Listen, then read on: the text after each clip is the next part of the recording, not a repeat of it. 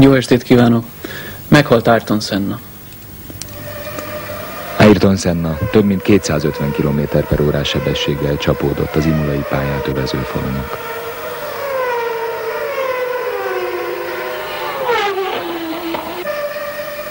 És itt, ezen a ponton már nem volt segítség.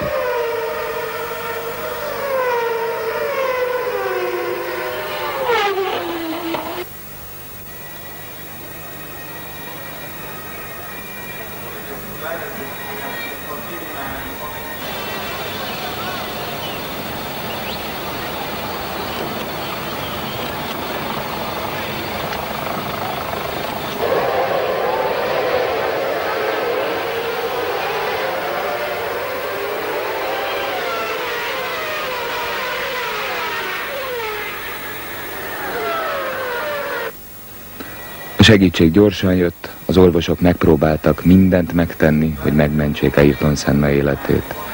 Helikopterrel a bolognai kórházba szállították, ahol 18 óra 40 perckor Ayrton Senna da Silva szíve megszűnt dobogni. 1960. március 20-án São Pauloban, Brazíliában született.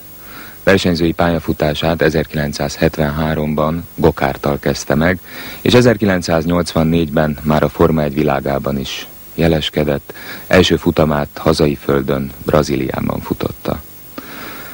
Nem sokkal később, egy év múlva 1985-ben már az első Grand Prix futamgyőzelmét ünnepelhette.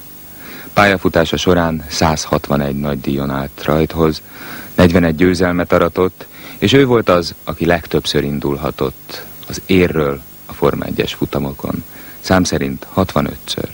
A Forma 1 háromszoros világbajnoka, győzött 1988-ban, 90-ben és 91-ben. 34 évet élt.